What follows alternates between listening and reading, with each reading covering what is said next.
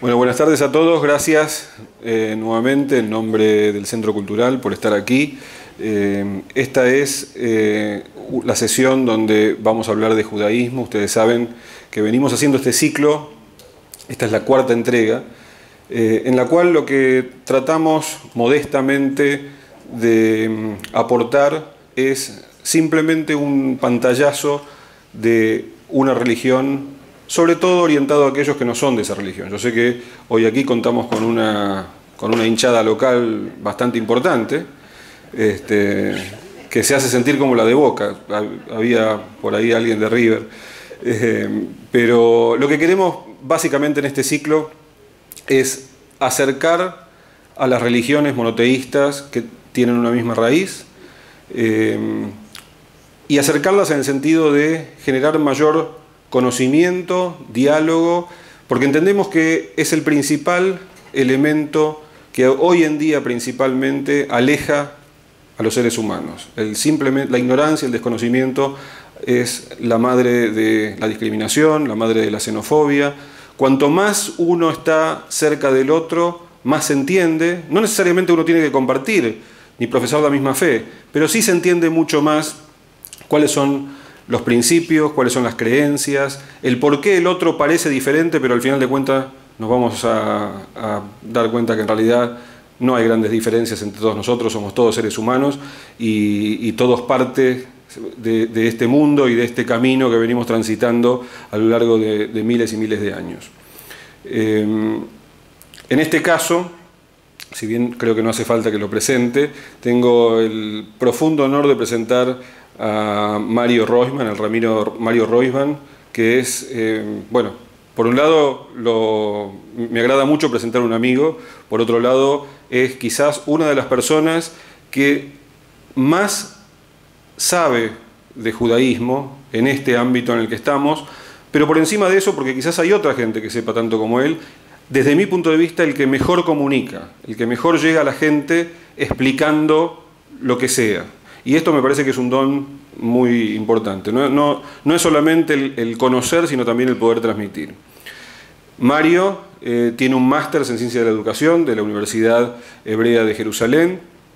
Ha sido ordenado rabino por el Seminario Rabínico Latinoamericano y ha dado una cátedra de religiones comparadas en Buenos Aires. Fue durante muchos años rabino en la comunidad Betel, en Argentina. Entiendo, corregime si no es así, Mario, uno de los discípulos del famoso Marshall Mayer, y hace ya unos cuantos años es rabino de la comunidad Betorá aquí en Aventura. Así que bueno, sin más los dejo en manos, en inmejorables manos de mi amigo Mario Roisman. Gracias. Wow. Gracias, Roberto, me emocionan tus palabras. Lástima que no están mis hijos escuchando esta introducción. Se hubiese encantado. Gracias, valoro la palabra amigo especialmente. Gracias a ustedes que hayan venido de distintos lugares y que crean que yo tengo algo para decir. El judaísmo seguro que tiene algo para decir, lo está diciendo hace más de 3000 años, de distintos idiomas, distintas geografías, distintos acentos, pero un mensaje más o menos parecido. Pero bueno, que crean que yo puedo ser un interlocutor, no, lo valoro de verdad. Algo que nos pasa seguido a los judíos, o por lo menos a mí como un maestro judío, es que si una persona no judía me mira, pues yo me acuerdo que el título era Judaísmo para no judíos, así que voy a tratar de focalizar y ser respetuoso. Es ¿cómo puede ser que sea judío si no cree en Dios? Un cristiano no puede ni entenderlo, que el pueblo que le regaló a la humanidad la idea de un Dios único. Mucha gente dice, no, yo soy judío, pero no creo en Dios. Entonces me pareció que lo primero que me gustaría decir es lo siguiente. ¿Cuál es la definición de judaísmo? O la definición que yo más adhiero. Judaísmo no es una religión.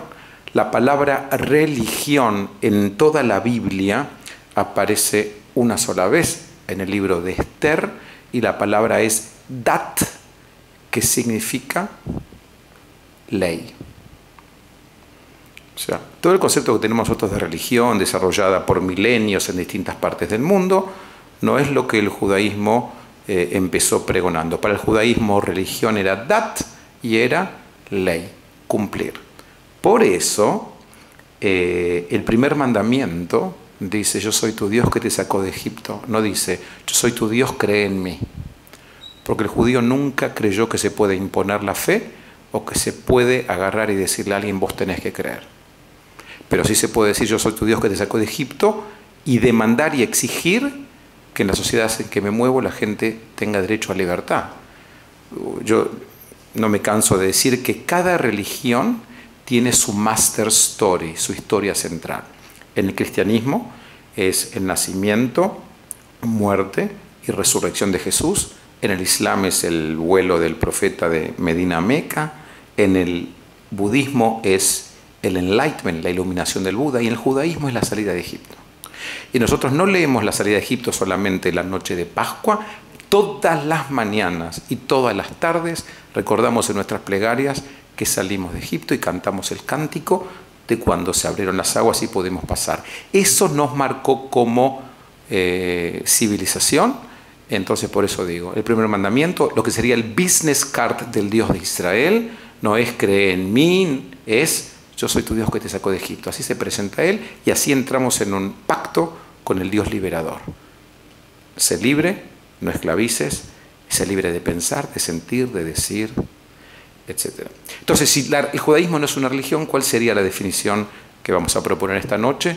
Es la que dice lo siguiente: el judaísmo es una civilización religiosa en evolución. Ahora voy a tener que explicar todo lo que dije. ¿Qué significa que es una civilización? ¿Cuáles son las definiciones? Ustedes van a Google o a alguno de esos lugares, van a encontrar que para algo se defina como civilización, tiene que tener un territorio. Los judíos lo tenemos, se llama la tierra de Israel. Ahí nació, es la génesis del pueblo hebreo, y ahí va a terminar, de acuerdo a nuestra teología, el pueblo hebreo reunido todo con el resto de la humanidad, diciendo todos que hay un solo Dios y único es su nombre, y eso también lo decimos 3 veces por día. Entonces, civilización tiene que tener un territorio, lo tenemos. Tenemos que tener un idioma, lo tenemos. Es el hebreo. Ahora, es verdad que hubo muchos idiomas, no muchos, algunos idiomas judíos más a través de la historia. El yiddish, el ladino, que tienen literatura, que se sigue hablando, gracias a Dios, en distintos lugares del mundo, mayor o menor medida, distintos grupos lo hablan, pero el idioma nacional del pueblo judío es el hebreo. Déjenme decirles algo. Si hoy se levanta Platón y Aristóteles y van a caminar por las calles de Atenas y empiezan a hablar en el griego de ellos, no los entendería nadie. Y si hoy se levanta Isaías, Jeremías o Josué o Moisés y empiezan a hablar en hebreo por las calles de Jerusalén, el 95% de lo que dicen lo puede entender el señor que te vende un falafel, un shawarma o un hummus en el mercado. Es casi el mismo idioma, 3000 años después. Entonces tenemos una tierra, tenemos un idioma. Para que una civilización sea considerada civilización tiene que tener leyes, las tenemos, son las 613 leyes de la Torá y las que fue inspirando a través de los otros escritos, especialmente el Talmud, que si después tenemos tiempo explico un poquito más qué es el Talmud, y tiene que tener costumbres, que son lo que los judíos llamamos los minagim, las tradiciones que se fueron desarrollando por regiones, por momentos, por época. Entonces el judaísmo es una civilización religiosa en evolución. Ya dije por qué civilización. ¿Por qué religiosa? Ahí está. Porque cuando llega el momento del judío para hacerse preguntas, ¿qué es la vida? ¿Qué es la muerte? ¿Por qué sufro? ¿Por qué hay injusticia? Va al departamento religioso de la civilización. ¿Sí? Nosotros no vamos al club, a Maccabi, a Hebraica o a Coaj o al JCC para que nos digan por qué sufre la gente. Ahí vamos a estar con gente, a hacer proyectos de acción social o a divertirnos, a jugar al buraco, a estudiar inglés, pero para preguntar ¿por qué? Ahí vamos a la sinagoga. Entonces por eso es una civilización religiosa. ¿Y por qué en evolución? Y es muy simple. Si se levanta Moisés hoy y me ve a mí hablando la forma que estoy vestido y judíos con no judíos, dice ¿qué es eso? Judaísmo. Y se desmaya. Pero ya le pasó a Rabbi Akiva, un rabino del siglo I, que estaba hablando y el Talmud, que es muy creativo, Moisés le pregunta a Dios, es una historia fantástica, Moisés quiere entrar a la tierra prometida y no lo dejan. Insiste, insiste y no lo dejan. ¿Saben por qué no entró, no? Todos dicen que no entró porque porque en lugar de hablarle a la piedra, la golpeó. Y es verdad, pero cuando un líder empieza a golpear y pierde el don de la palabra, deja de ser líder. En ese momento perdió el liderazgo. Cuando vos tenés que empezar a pegarle a tu pueblo, eso va para Venezuela, porque estamos viendo por Facebook, así que mandamos un abrazo especialmente a esa gente. Cuando alguien cree que pegando va a conseguir algo, golpeando, deja el liderazgo. Por eso él no entró. Entonces Moisés está ahí negociando con Dios y le dice, déjame entrar. No vas a entrar. No vas a entrar. Bueno, convertime en un pájaro, así entro. No. Convertime en una mariposa. Y va negociando y termina. Entonces Moisés, ya apesadumbrado que no va a entrar, le dice, y dime, ¿quién va a seguir con este mensaje de la Torá? Dice, fíjate, y lo manda al túnel del tiempo y le muestra a Rabbi Akiva. Un rabino, el rabino Akiva. El rabino Akiva está ahí enseñando y algún alumno le pregunta, ¿y Akiva de dónde sabes todo eso? Y Akiva dice, y todo eso me lo enseñó Moisés. Y Moisés se desmaya. Eso es lo que significa una civilización religiosa en evolución. Que estás usando el mismo mensaje, el mismo contenido, con otro continente, ¿no? Pero todos creemos que somos sucesores de esa cadena que empieza con el primer hebreo. By the way, viene bien una definición. Hebreo, judío y israelita son sinónimos. Simplemente fueron formas de nombrar a mi pueblo en distintas geografías en distintos momentos. Israelí es una nacionalidad. Vos podés ser israelí y no israelita, podés ser israelita y no israelí, como la mayoría del pueblo judío. Hoy no, hoy es casi mitad y mitad. La mitad del pueblo judío por primera vez en la historia vive en su tierra ancestral. Y los demás vivimos en las diásporas, pero el primer hebreo se llama Abraham. ¿Por qué? Dicen las fuentes, porque estaba Me'eder del otro lado. Todos eran paganos y Abraham es aquel que descubre al Dios uno. Entonces, somos una civilización religiosa en evolución, y cuando decimos cuál fue el aporte religioso, y justamente ya había pueblos que creían en un solo Dios antes que los hebreos. Esa no fue nuestra novedad. Nuestra novedad fue el monoteísmo ético, que significa no solamente que Dios es uno y no cinco, sino que ese Dios uno le importa cómo tú y yo nos comportamos, espera algo de nosotros. Entonces, ¿cómo se ocupó de decirme qué le importa de mí? Me regaló la Torá. Para los judíos más tradicionales, la Torá, los 5 libros de Moisés, Génesis, Éxodo, Levítico, Números y Deuteronomio. Para los más tradicionales fue toda escrita por Dios. Para la mayoría del pueblo hebreo, la Torá es una compilación de 4 fuentes en 4 momentos, pero para todos nosotros representa la revelación. Es un momento que en Sinaí Dios me tocó, me dijo algo, y toda la gente se reunió en distintas chozas o carpas a qué quiso decir. Entonces, cuando a mí me preguntan qué creo que es la Torá, digo lo siguiente: la Torá es la primera vez que Dios habló, pero no la última. Él sigue hablando.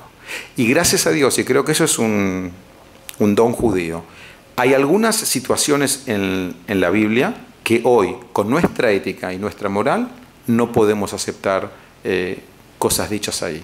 Pero tenemos un libro llamado el Talmud, que ya se ocupó to rephrase them, de buscarle la forma o de abolir la ley o de reinterpretarla.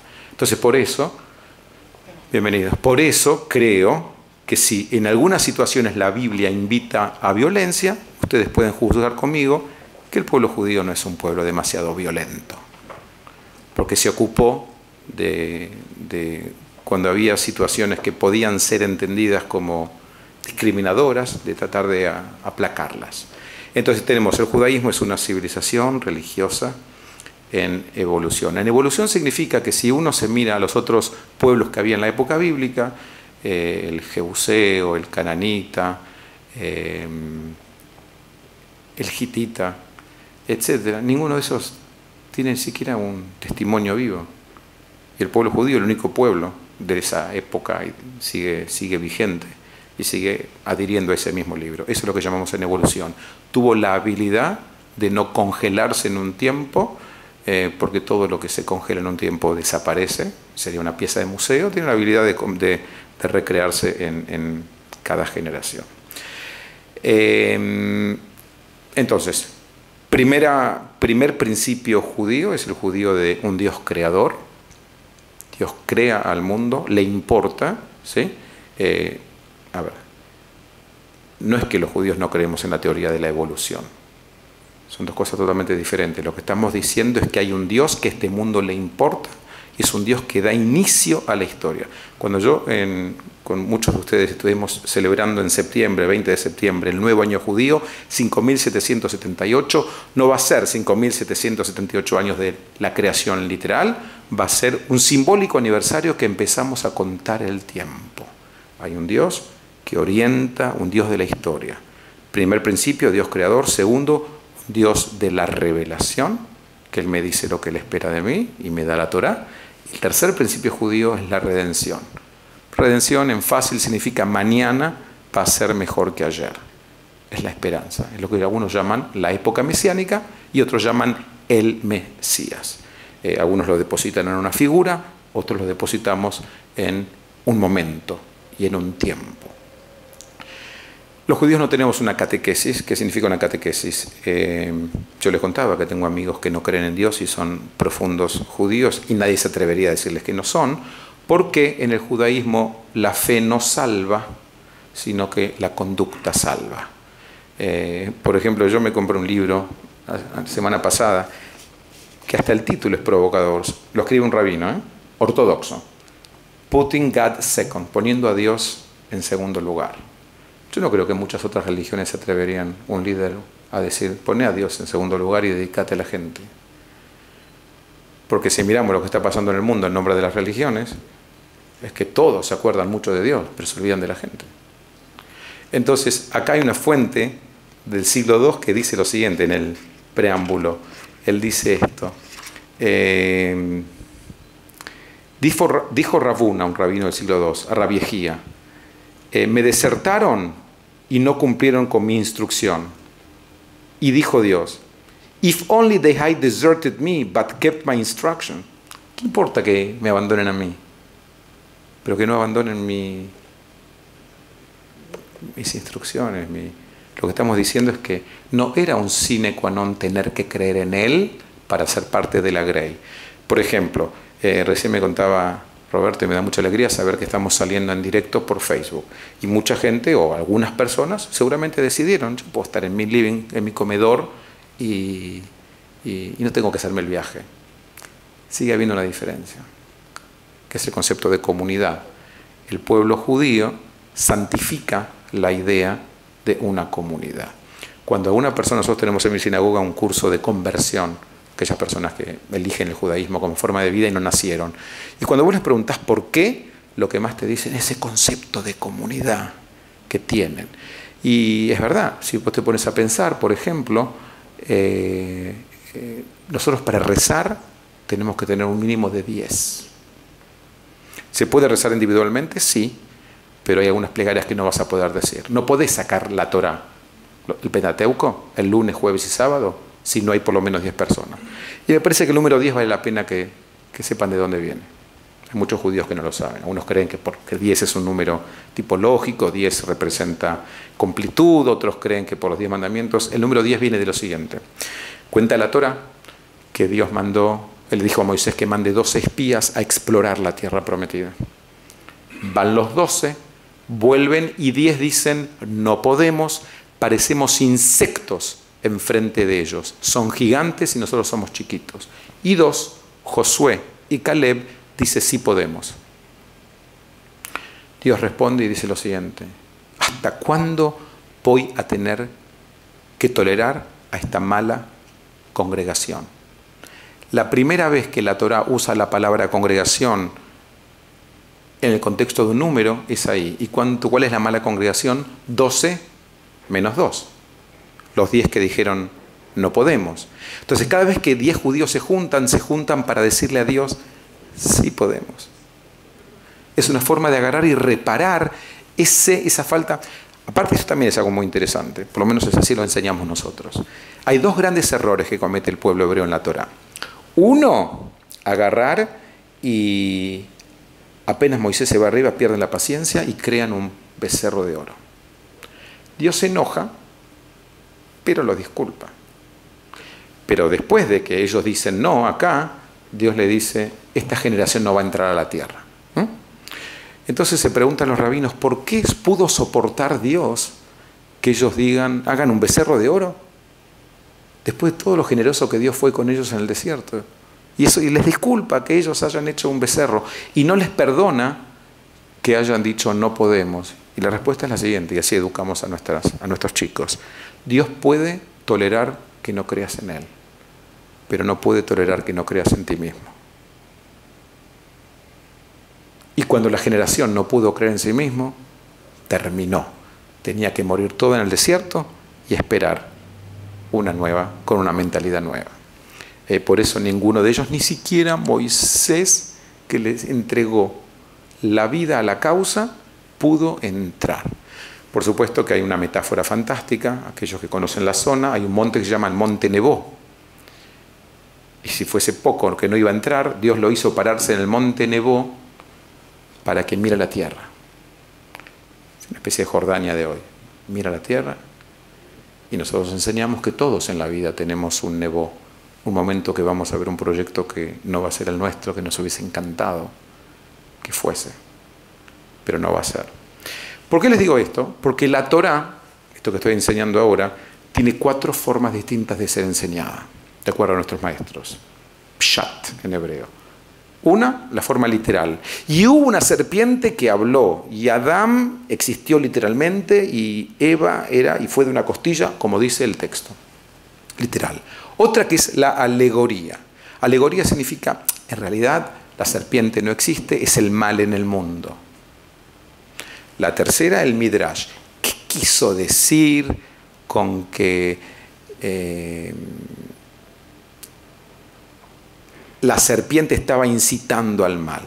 Y la cuarta, que es muy famosa hoy en día, sería la mística o la cábala. Pero no la cábala trucha, sino la cábala verdadera, que significa tratar de ver qué está oculto detrás del texto. Esa es la cábala. Cábala viene de la palabra hebrea lekabel, que significa recibir. Por eso dicen que gente joven no debería estudiar cábala, porque a veces llaman a la sinagoga y si ustedes enseñan cábala, y yo me tiento a decirle, ¿y vos hablás hebreo? ¿Entendés? Porque, claro, es que querer dar un sermón en el Vaticano y todavía no pasaste por una parroquia en el barrio de Lanús. Entonces es así. Pero la cábala sería lo esotérico, lo que está detrás del texto. Y como nos encanta lo oculto, uno trata. Pero esa es la cuarta forma. Entonces tenemos la Torá, que es el libro más sagrado del pueblo judío. El Tanaj, que serían las otras 2 partes de la Biblia, son los profetas y los escritos. En la Torá, Dios habla literalmente, en los profetas habla a través de mensajeros, y en los escritos, el libro de Job, el libro de los Salmos, el Cantar de los Cantares, el libro de Esther, aparece ahí filosofía de vida y con interlocutores de distintos estirpes, ¿no? A veces, eso enseñamos nosotros, la Torá viene a decir algo nuevo, a veces la Torá viene a oponerse a algo que pasaba, y a veces la Torá viene a decir, no, eso está bien. Les voy a dar un ejemplo.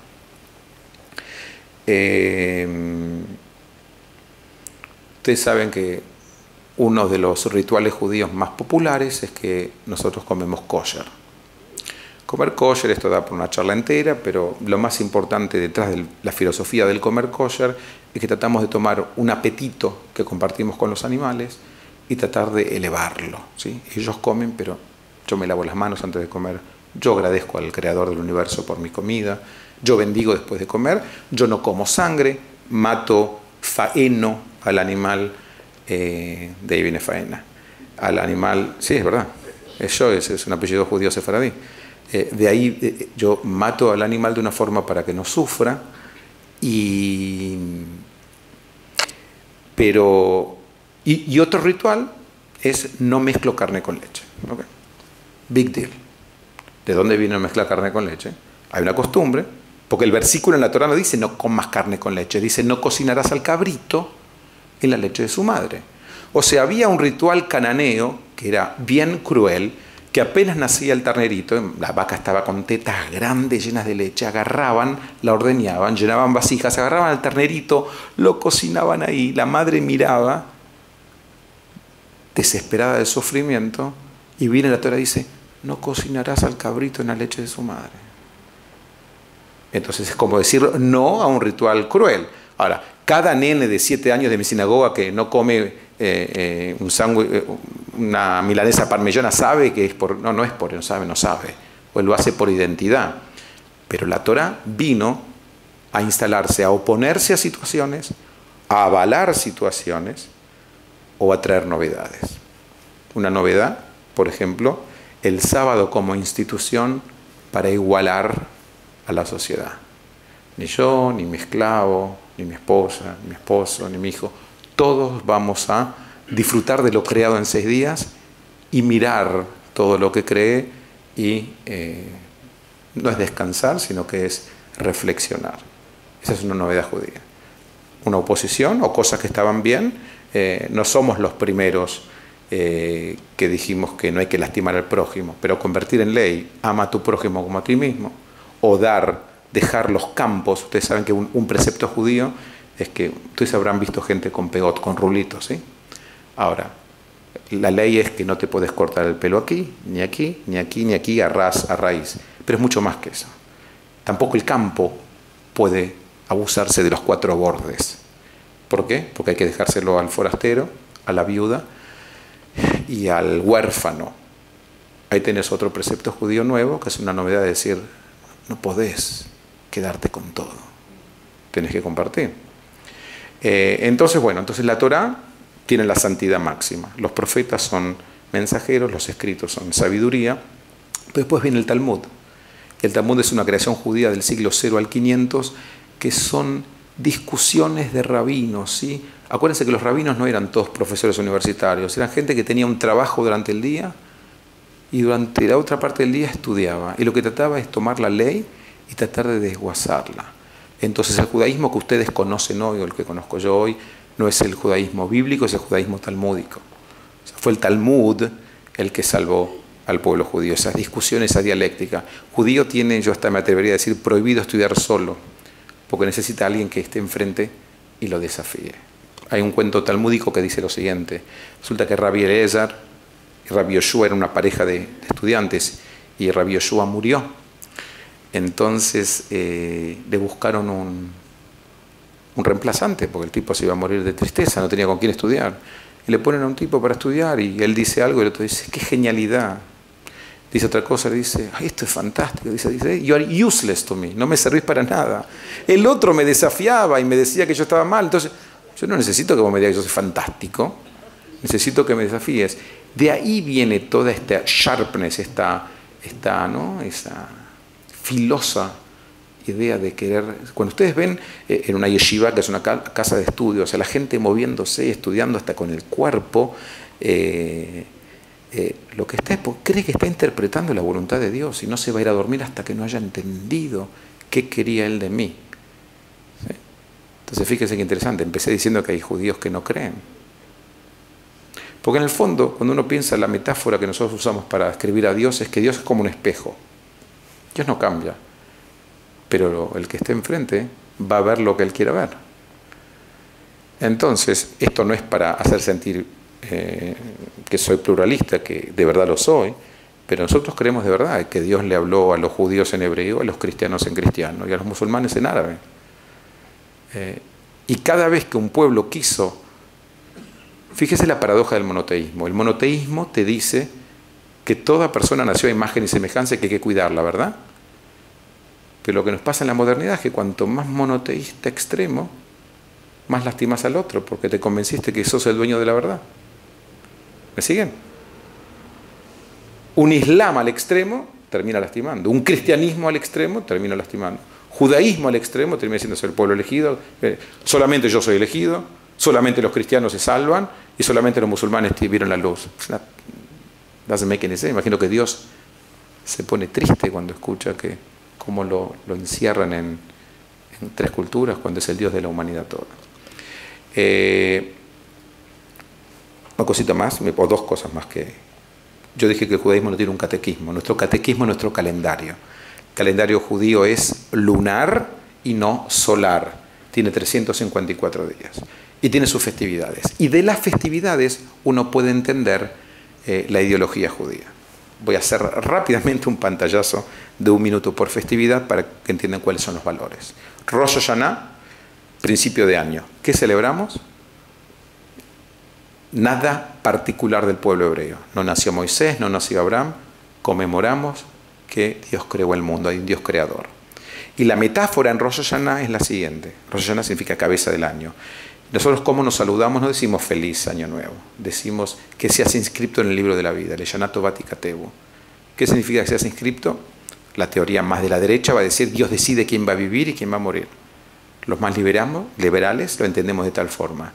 Dios está diciendo, espero que este año que empieza lo vivas de tal forma que justifique que yo lo escriba en mi libro. Y si no, perdiste un año. Esos 10 días entre Rosh Hashanah y Yom Kippur se llaman los 10 días de arrepentimiento, lo que está diciendo algo ideológico muy fuerte.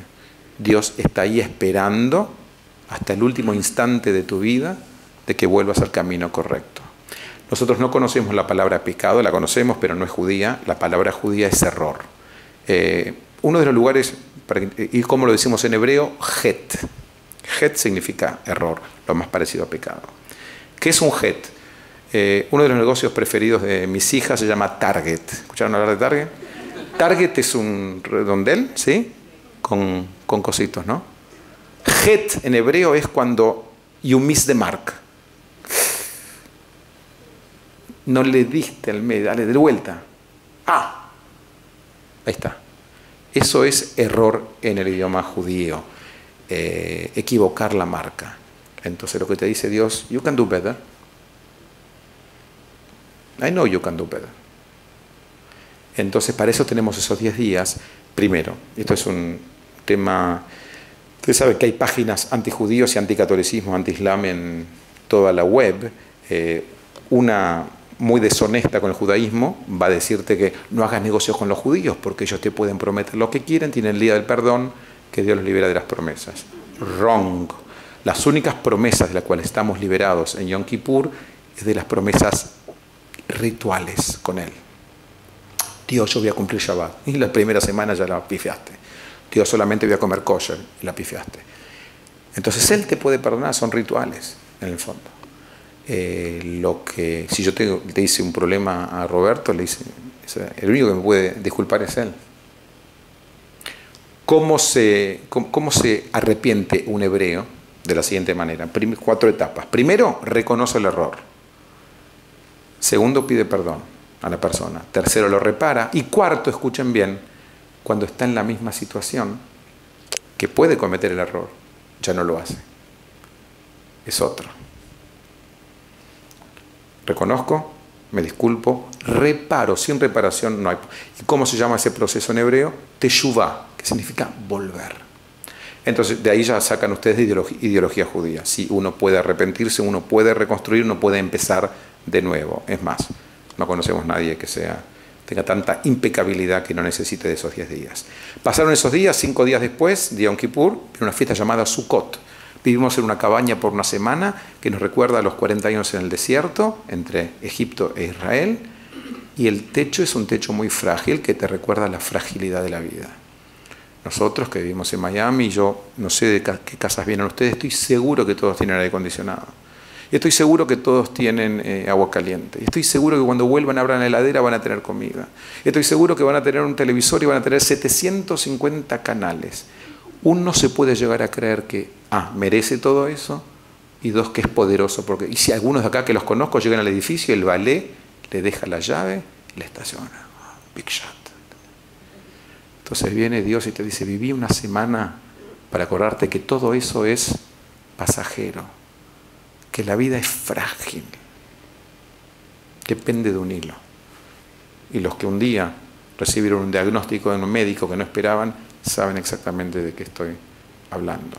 Entonces, para no tener que llegar a ese día, el judaísmo te prepara con sus festividades para esos mensajes de que la vida pende de un hilo. Terminó Sukkot, tenemos una fiesta que se llama Hanukkah. Hanukkah, esto es importante porque como ustedes tuvieron la posibilidad de estudiar cristianismo y estudiar islam, sí quiero marcar algo en una diferencia. Ustedes vieron que Hanukkah y Navidad se festejan en la misma época, ¿verdad? Y nuestros rabinos y sacerdotes y pastores, los que construyen, dicen que son muy similares. Y es verdad, porque en el fondo las dos festividades tienen a otra festividad anterior que la inspiró, y que es los paganos. ¿Qué pasaba el 21 de diciembre? Era el día más corto del año. Estaban muertos de miedo de que los dioses se enojaron y que siempre va a haber oscuridad. Entonces, ¿qué hacían? Prendían fogatas para desafiar a la oscuridad. Esa fogata evoluciona en un árbol de Navidad, evoluciona en mis velas de Hanukkah. Pero teológicamente Hanukkah y Navidad son dos historias distintas, hasta opuestas. Y déjenme explicar. Y me pueden interrumpir. ¿Qué dice Navidad? Navidad dice que Dios, en un acto de profunda misericordia y amor por la humanidad, manda a su Hijo para que se convierta en un role model, en un modelo de la humanidad, para seguirlo, para que sepan qué está bien y qué está mal. ¿Más o menos es así? ¿Sí? Dios, en un acto de amor, manda a su Hijo, porque la humanidad no puede sola y necesita que venga el Hijo de Dios. El judaísmo en Hanukkah celebra lo siguiente: los griegos profanaron el templo y nadie se los iba a purificar. Una familia llamada los macabeos tuvieron que entrar, poner el cuerpo, y cuando entraron, ¿qué encontraron? Una vasija de aceite chiquitita, que la interpretación sería la luz de Dios apareció ahí. ¿En qué momento aparece esa luz de Dios? Cuando hubo una familia que decidió que tiene que hacer algo. Él no apareció en escena antes de que ellos decidan hacer algo. En Navidad, como ellos no están haciendo nada, necesito yo mandarles a que los va a salvar. Entonces son dos teologías distintas, originadas en luz. Ahora, por supuesto yo puedo hablar 2 horas porque deberían estar mancomunadas, pero también debería hablar 2 horas porque son dos teologías que dieron origen a comunidades distintas. Terminó Hanukkah, viene Purim. ¿Qué es Purim? Purim es la famosa historia de un rey que era un salame, que quería que su mujer muestre el cuerpo a todos los amigos. La mujer le dice que no, se va, él queda sin esposa, aparece un malvado que se llama Amán, que le dice: mira, hay un pueblo, escucha bien, que come distinto, se viste distinto, reza distinto y no cumple la ley de Dios, la ley del rey. 3 verdades y una mentira. Se viste distinto, come distinto, reza distinto, pero cumple la ley del rey. ¿Qué quieres que haga? Y hay que matarlo. Bueno, matémoslos.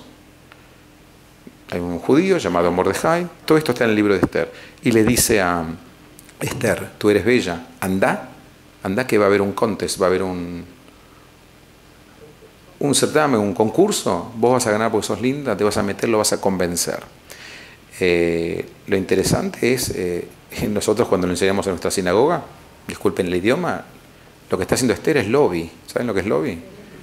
Lobby. Le decimos a los chicos: ustedes tienen que hacer lobby. Si vos no querés que Irán siga siendo lo que es, anda al congresista a decirle que para Irán.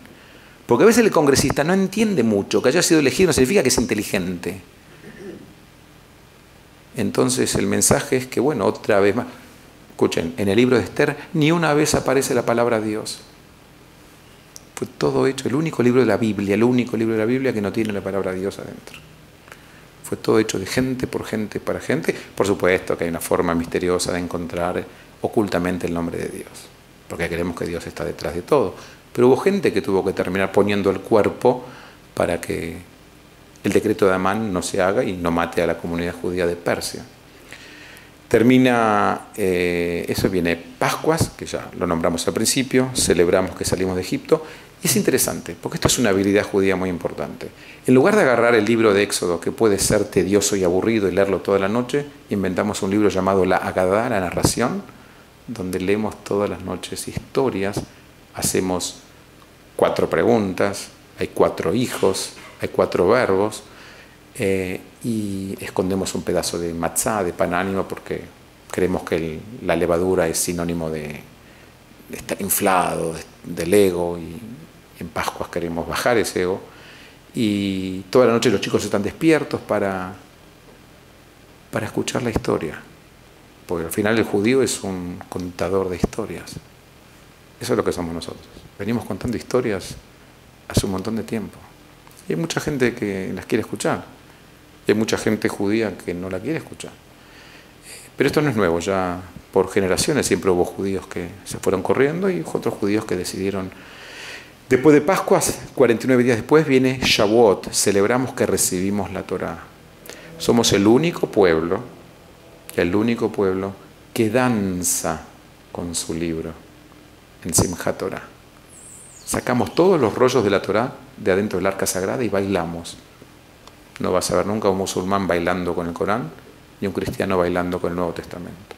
A nosotros tenemos problemita. Sacamos el libro, bailamos, porque lo que queremos simbolizar es que el libro le pertenece a todos, no le pertenece ni a los ricos ni al rabino. Entonces los chicos chiquititos están esperando para que ese libro salga del arca. Y acá, que hay varios abuelos judíos, uno de los placeres más grandes es ver cuando su nietito o nietita ya se empieza a acercar a ese libro, mostrando que le pertenece. By the way, sepan que el padre judío tiene dos obligaciones con el hijo. Una, enseñarle a leer a la edad de 5, y otra, enseñarle a nadar, que en Miami es muy importante nadar. ¿Por qué? Porque puede salvarte la vida o salvar una vida. Eran las dos obligaciones de un padre judío en la época talmúdica. Creo que más o menos cubrí las festividades y la ideología detrás de las festividades. Vamos al ciclo de vida. A los 8 días al varoncito judío se le hace la circuncisión, que es entrar en el pacto de Abraham.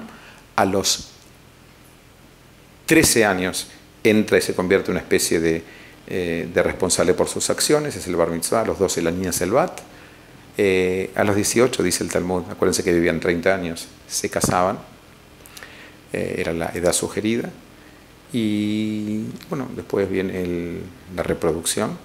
Algunas fuentes dicen que hay que tener 2 hijos para replicar el mundo que vos heredaste. Y después viene el duelo hebreo. Pero lo importante creo que es, yo hice hincapié en las ideas, la idea más importante y los rituales que siguieron existiendo, porque yo conté los rituales que hoy observamos, muchos se fueron cayendo. Cuando un ritual no puede ser explicado o no tiene un valor que puede transformar la vida del que lo cumple, el ritual se cae. Y ni que hablar en el siglo XXI, que mis hijos para observar quieren entender y quieren saber que los va a hacer mejores personas. Que si van a pertenecer a una comunidad, es para tener un valor agregado, que quieren que la sinagoga no sea exactamente la réplica de lo que pasa afuera, donde es una selva, donde cada uno piensa en sí mismo. Quieren que sea transformador. Entonces creo que esas son las ideas judías básicas, la idea de un Dios creador que te creó, que te dio una cantidad de años para que los aproveches, pero que hayas transformado vidas, ¿no?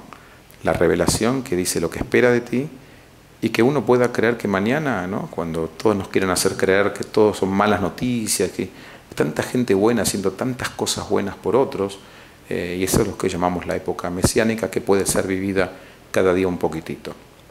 Yo paro acá y lo dejo para preguntas, si te parece. Bueno, muchas gracias, Mario. Tengo siempre el privilegio de hacer la primera pregunta. ¿Qué hay para el judío después de la muerte? ¿Hay un más allá de la resurrección, al final de los tiempos? ¿Qué se espera? Primero, déjame decirte esto. Cuando los judíos salimos de Egipto, quedamos absolutamente hartos del concepto de muerte. ¿Por qué? ¿Qué son las pirámides? Las pirámides son las tumbas de los faraones. La cultura egipcia era una cultura de embalsamar. ¿Y quién era el único que podía embalsamar? El sacerdote. O sea, todo lo que es muerte a nosotros nos repela. Entonces, ¿qué pasó? Te voy a dar ejemplos.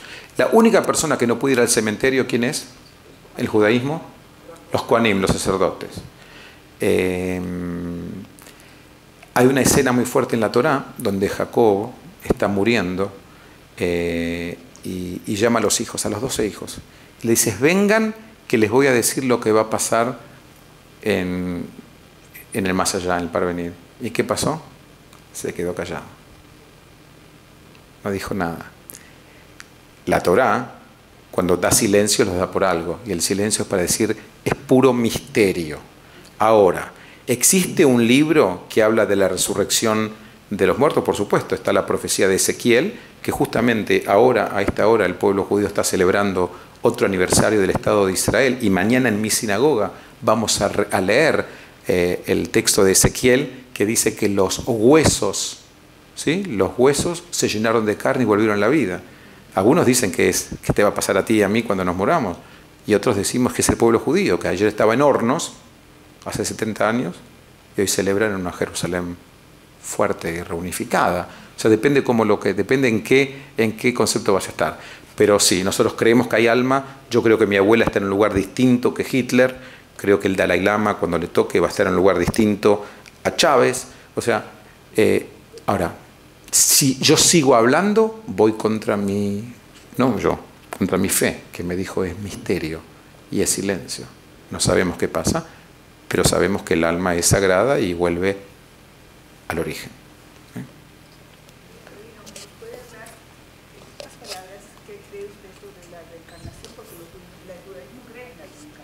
Bueno, yo no la quiero decepcionar. Yo le quiero decir una sola cosa. ¿Qué cree el judaísmo de la reencarnación? Hay un filósofo judío muy famoso, se llama Saadia Gaon. Saadia Gaon, en su libro Emunot Vedeot, dice lo siguiente: hay un grupo de gente que cree que cuando Yehuda muere se convierte en Moshe, y cuando Moshe muere se convierte y dicen, qué estupidez, dice él.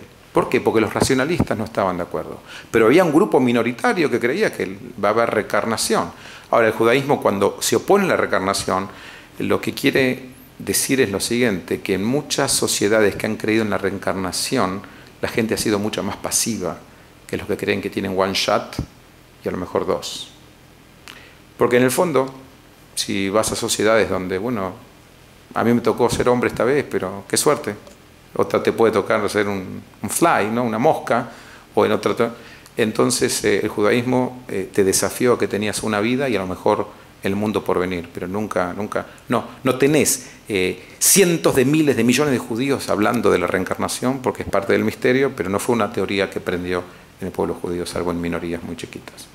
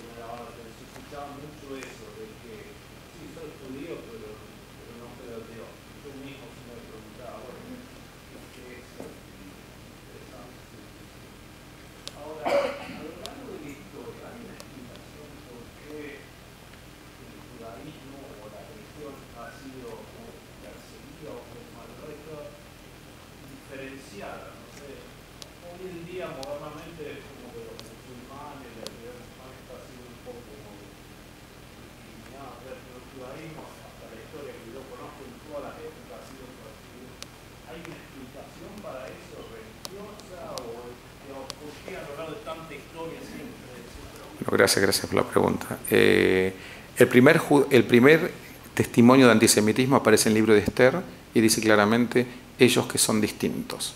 O sea, yo creo que el judaísmo encarna lo distinto en todos sus saberes. Y hay distintos antisemitismos. Empecemos con el antisemitismo pagano. El pagano estaba dispuesto a que el judío venga y le diga que ellos creen en uno. Lo que nunca toleraron es que le digan que el mío también era el de ellos.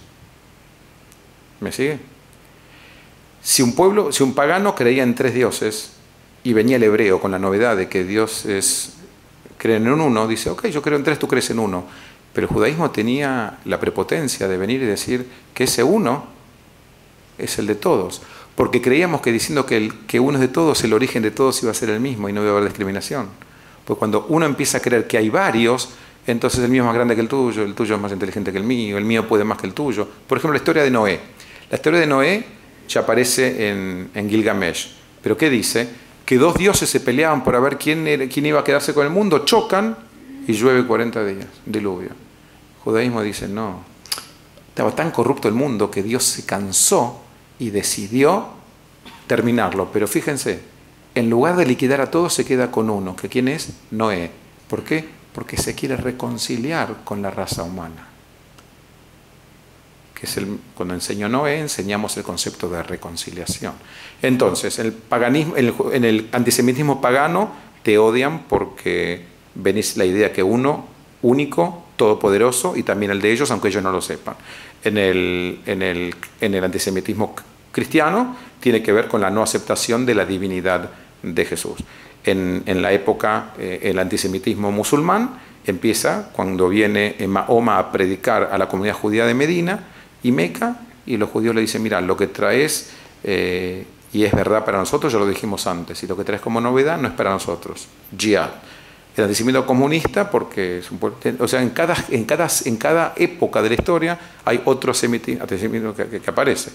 La gran novedad de Hitler, ¿sí?, es que el antisemitismo cristiano, en la Inquisición, que es cuando más aparece, te daban la chance de convertirte. Porque el antisemitismo cristiano era teológico. Teníamos un problema de diferenciación, si creíamos o no creíamos, estábamos equivocados en nuestra creencia de acuerdo al cristiano.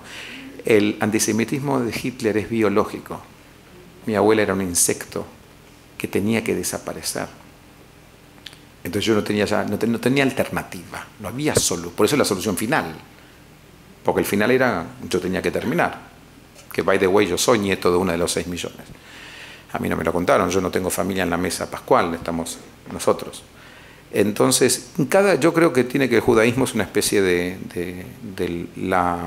por eso cuando un judío discrimina o un judío usa la palabra goy, es el último que tiene derecho a discriminar, por su historia, por su teología de Egipto.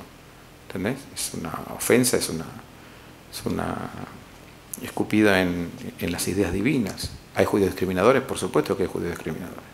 Ahora, by the way, no más discriminadores que otros, pero en cada religión, y gracias por la pregunta, tenemos libros que invitan al odio y otros al amor. Y depende qué libro de la biblioteca vas a tomar. Yo te puedo contar fuentes judías que discriminan, y te puedo contar fuentes cristianas que discriminan, y musulmanas que discriminan. Pero yo te puedo decir qué libros agarré, porque no sé cuántos años me va a dar la vida, entonces yo prefiero trabajar por esos que acercan, ¿no? Yo siempre digo que yo quiero vivir en una sociedad donde se pueda hablar todos los idiomas, también los que no entiendo, y se pueda comer todas las comidas, también las que no me gustan, y se pueda vestir todas las ropas, también las que me quedan mal, y jugar todos los deportes, también los que no entiendo, porque ese es un mundo más rico, ¿no? Si Dios hubiese querido, nos hubiese creado a todos exactamente igual, pero esa diferenciación es la que nos hace más fuertes, ¿no? Yo tengo una pregunta. Abraham es el patriarca, el primer patriarca judío, digamos. ¿Cómo se explica desde la religión judía el que el primer judío haya echado a su primer hijo, Ismael?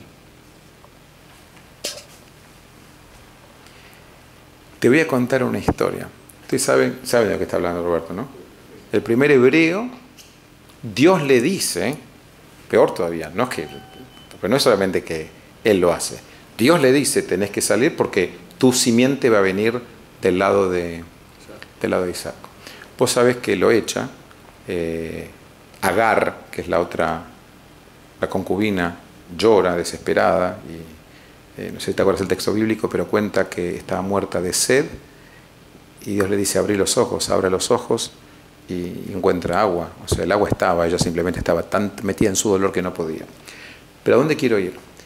Se muere Abraham, y cuenta la Torá, no los rabinos, la Torá, que lo entierran juntos Ismael e Isaac.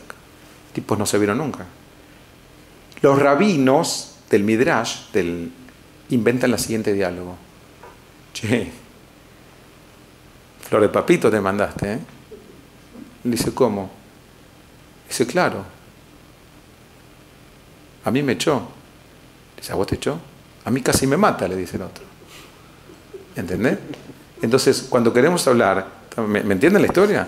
Dice, y no quiero decir, porque cuando yo lo cuento en el colegio uso malas palabras, dice flor de, ¿entendés? O sea, el concepto es lo que tiene Abraham. Primero, es verdad, la idea de, no quiero taparlo, la idea del matar justamente es una protesta por, yo les conté hace una hora, que muchas veces la Torá viene a oponerse a situaciones. Al primer hijo en esa zona, ¿qué le hacían? Lo sacrificaban para Dios. Entonces toda la idea es que Abraham lo está por matar y Dios le dice, ¿qué estás por hacer? Nosotros no hacemos eso. Ustedes vieron que las cadenitas que usamos los judíos es el Jai, que es el símbolo de vida. En ese momento nace el pueblo hebreo. No cuando lo echa a Ismael, sino cuando no lo mata a Isaac. Entonces, ¿es una desprolijidad total? ¿Es inentendible? Sí. The good news es que cuando Abraham dice, ¿por qué me has echado? Le dice, no te preocupes, de él también me voy a ocupar. Y fíjate que se ocupó. Tenemos 16 millones de judíos y 1.300 millones de musulmanes.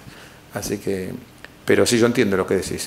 Moralmente es difícil, pero estás hablando de protestas contra distintas civilizaciones al mismo tiempo. Y en el momento que no lo mata Isaac es que nace, no cuando lo echa Ismael. Siento de todas maneras que en la Biblia judeo-cristiana inclusive, hay muchos pasajes en donde Dios, si tuviese que hablar de la personalidad de Dios, termina siendo como muy agresivo, ¿no? Sí, este es un tema hasta muy cristiano también, de hablar del Dios del Antiguo Testamento como cruel y el Dios del Nuevo Testamento como un Dios de amor. Pero en el Antiguo Testamento también tiene el momento... ¿Del Antiguo? En el Nuevo Testamento. También, duros, sí. El tema es que nosotros tenemos la suerte de que, creo que a diferencia del Islam, que lo hizo menos, es que tenemos el Talmud que apacigua las aguas. Les voy a dar un ejemplo. Dice la Torá, te lo digo con orgullo, pero dice la Torá que si un hijo era un hijo rebelde, que no escuchaba ni a papá ni a mamá, ¿qué se le podía hacer? Matarlo, ¿no? Lindo, ¿no? Imagínate. Matarlo. Viene el Talmud, se llama Ben Sorer Umoré, el hijo rebelde. Viene el Talmud y dice, ¿qué hacemos con esto? Es impresentable. ¿Te imaginas un rabino? Lo invitan a faena y tiene que contarle esto y va a haber no judíos escuchando y el tipo dice que la Torá dice que se puede matar. Entonces viene el Talmud y dice lo siguiente. Vamos a ver qué tiene que pasar para que se lo pueda matar. Papá y mamá tienen que estar de acuerdo. Dice, ¿qué mamá judía va a dejar que lo maten al pibe? Entonces no dicen esta última frase, pero dicen, papá y mamá tienen que estar de acuerdo. Apelando a qué? A que uno de los dos no quiera. Y después dice, van a la corte rabínica y toda la corte en pleno tiene que estar de acuerdo que hay que matarlo. Y dice el Talmud, nunca una sola familia terminó matando a su hijo. ¿Entendés? No podían soportar. Por eso volvamos a una hora atrás cuando yo dije que el judaísmo es una civilización religiosa en evolución.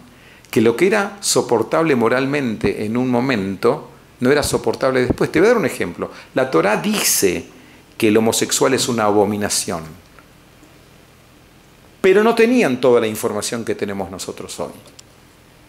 Entonces es muy difícil que encuentres hasta sinagogas ortodoxas donde un rabino se atreva a hablar de una persona homosexual como una abominación. En todo caso pueden hablar del acto, pero ya no usar ese idioma.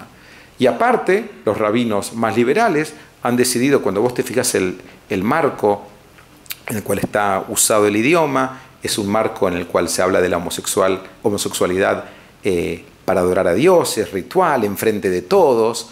Entonces, ¿entendés? Ahí tratan de aplacarlo porque hay cosas que son moralmente insostenibles para nosotros, personas del siglo XXI, tenemos mucha más información que antes. Entonces, lo que hacemos es hacer lo que el judaísmo fue haciendo durante milenios, que es reinterpretar lo que están diciendo. Entonces, por eso dije, la Torá es la primera vez que Dios habló, pero no la última, ¿no? Voy acá y volvemos. Sí.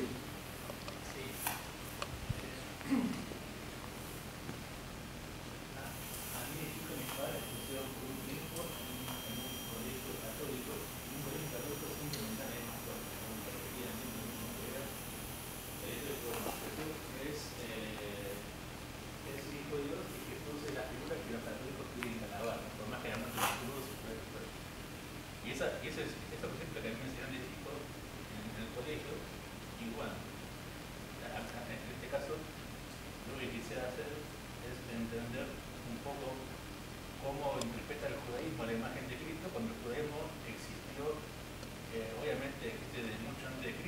a la católica se ve como que a partir de Cristo en adelante.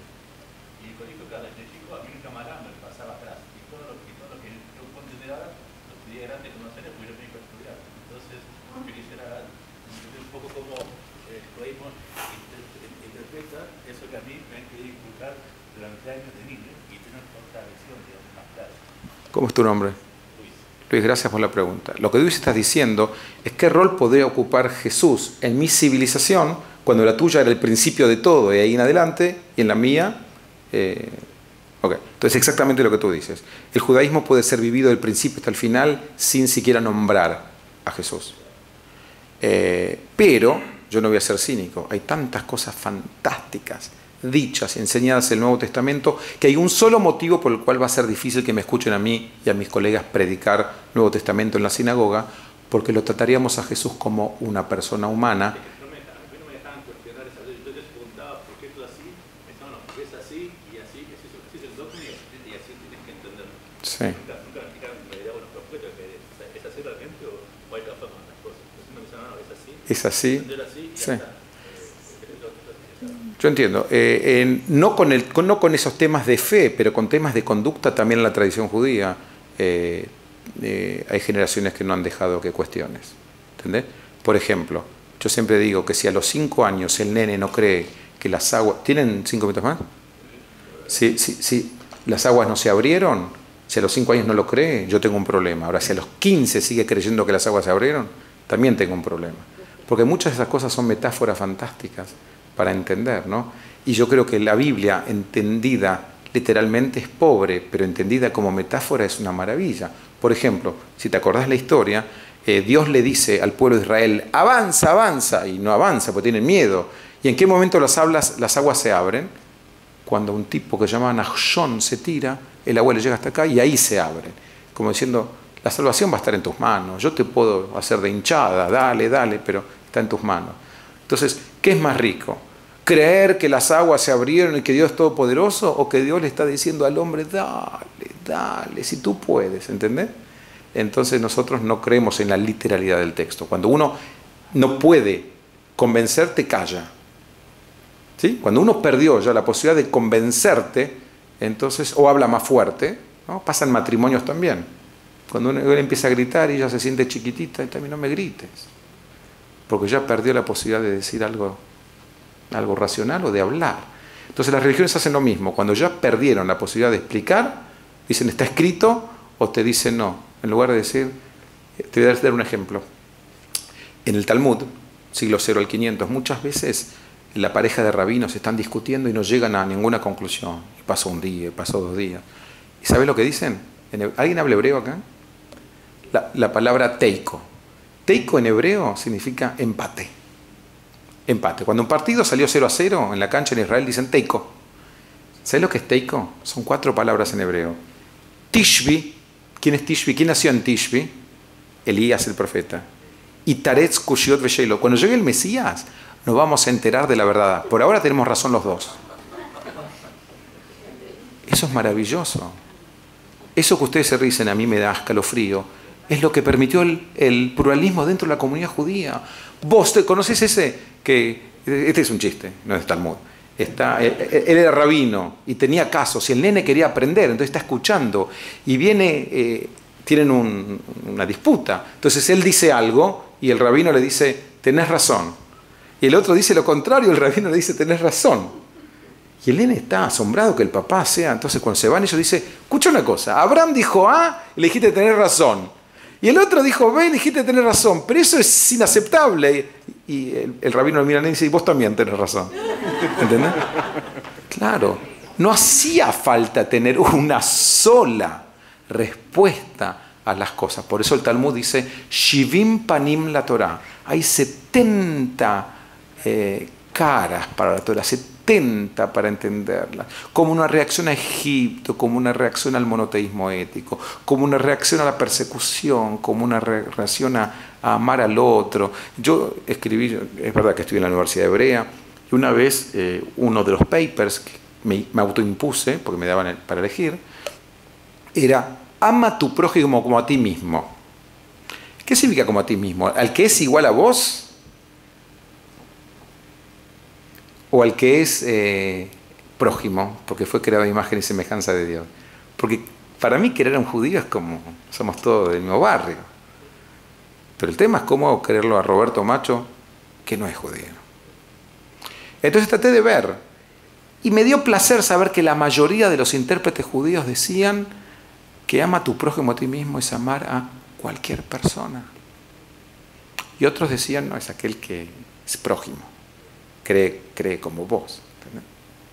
Está eso. Entonces, sería imposible que un rabino honesto te diga, no, es amar solamente a los judíos, porque no es lo que los rabinos interpretaban, pero el texto está ahí abierto.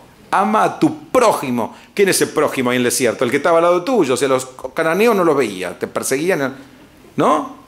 Prójimo era el club. Entonces, bueno, ahí está. ¿Quién va a ser tu maestro? Por eso el judaísmo es una obligación hacerse de un maestro. Porque el maestro es el que al final te va a abrir mundos, te va a abrir caminos, te va a llevar a construir o te va a llevar a destruir, ¿no? Hacemos una más y... Señor. Sí, claro. Al inicio de la conversación comentó que de las tres religiones, judaísmo, cristianismo y islam, dos son monoteístas, y en el caso del judaísmo usted dijo, o sea, dice, de que se lo reconoce a Dios como el que los liberó del pueblo de Egipto. ¿Esa diferencia o interpretación es parte del misterio, o por qué esa diferencia versus las otras religiones? Y quizás eso sea también el hecho por la persecución del pueblo judío. Gracias por la pregunta. Yo lo que dije o quiero aclarar es esto. Cada religión tiene su historia que lo marcó a fuego. El joven dijo, seguramente tuvo una mala iglesia, por eso el párroco le decía, está escrito, pero en otras, a lo mejor el sacerdote los invitaba a pensar y a sentir, ¿no? Hay de todo. Entonces, cada historia te marca a fuego. En el caso personal del pueblo hebreo, es que fuiste esclavo y no podés esclavizar, y no te dejes esclavizar, y no te dejes que te digan qué tenés que querer y sentir. Somos caprichosos con la idea de elegir nuestro destino. Lo que dije después, que después vinieron, esa historia es fantástica, a tal punto marca el cristianismo, que te habrán enseñado en la iglesia que ¿quién es el Cordero Pascual? Jesús. ¿Sí o no? O sea, la misma historia reconstruida, ¿sí? Y la sangre es lo que nosotros llamamos las hierbas amargas, y el cuerpo es lo que nosotros llamamos la matzá. Entonces tomaste una misma historia y reconstruiste sobre eso. Y el Islam vino. Ahora, yo digo que la novedad judía es que es el monoteísmo ético. Yo creo que el cristianismo también tiene monoteísmo ético. Jesús también espera cosas. ¿Sí? Yo almorcé la semana pasada con un obispo muy querido, que el Papa, justo cuando yo estaba con él, lo llamó, lo acaba de nombrar obispo castrense de Argentina después de 10 años. Y en un momento alguien le dijo algo y él contestó, dijo, ¿sabes qué es? Si no te gusta, culpalo a Jesús. ¿Entendés lo que estaba diciendo? Yo estoy peleando por la verdad. Y si a vos te duele la verdad, culpalo a Jesús, porque la iglesia está con esto. ¿Me entiendes lo que estaba pasando, no? Alguien le estaba diciendo que lo que decía... Yo estaba diciendo que si no te gusta, culpalo a Jesús, porque fue él el que dijo que hay que estar ahí con el lastimado y con el perseguido.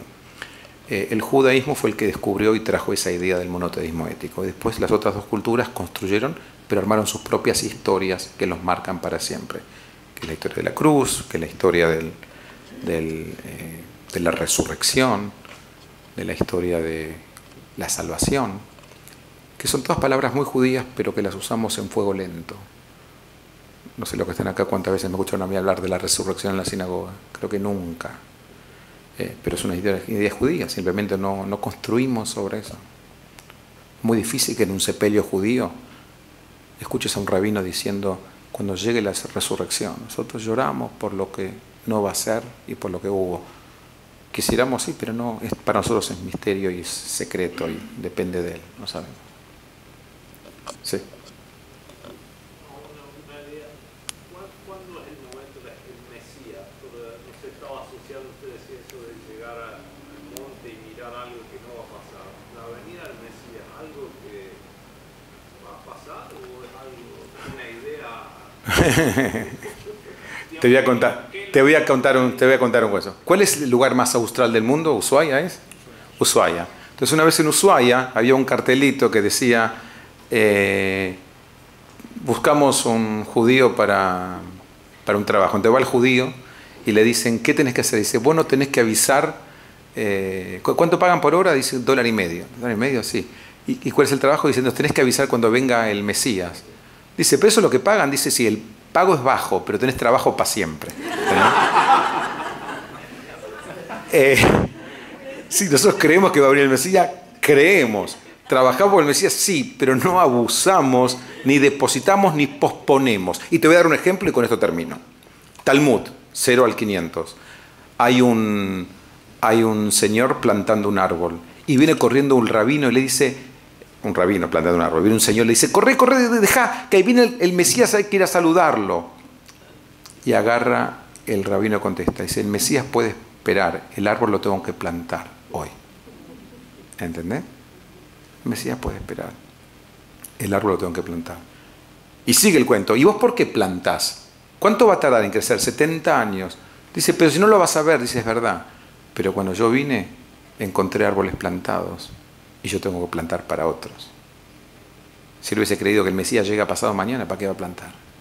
Él sabía que había que asegurar este mundo para que otros lo disfrutaran. Ya algunos tienen que empezar la retirada para el sur o para el norte, así que yo les agradezco que hayan venido hoy. Y muchísimas gracias, Mario. Acompáñenme en el agradecimiento. Gracias por venir. A todos aquellos que no reciban las comunicaciones del Centro Cultural y quieran recibirlas, con gusto me dicen a mí o le dicen a Teresa, que está allí arriba, y los vamos a inscribir, los vamos a poner en nuestro listado para recibir todos los flyers del Centro Cultural. Teníamos la expectativa de hacer una mesa redonda final con estas 4 charlas. La realidad es que esto estaba programado para la semana que viene. No lo podemos confirmar todavía porque depende de la agenda de cada uno de los expositores y en todo caso aquellos que les interese hacer esto, si lo logramos, van a recibir, si se inscriben, el flyer del Centro Cultural para la semana que viene. Así que muchas gracias a todos nuevamente. gracias. Gracias a vos. ¿Me sirvió? ¿Sí? Excelente. Gracias. Excelente.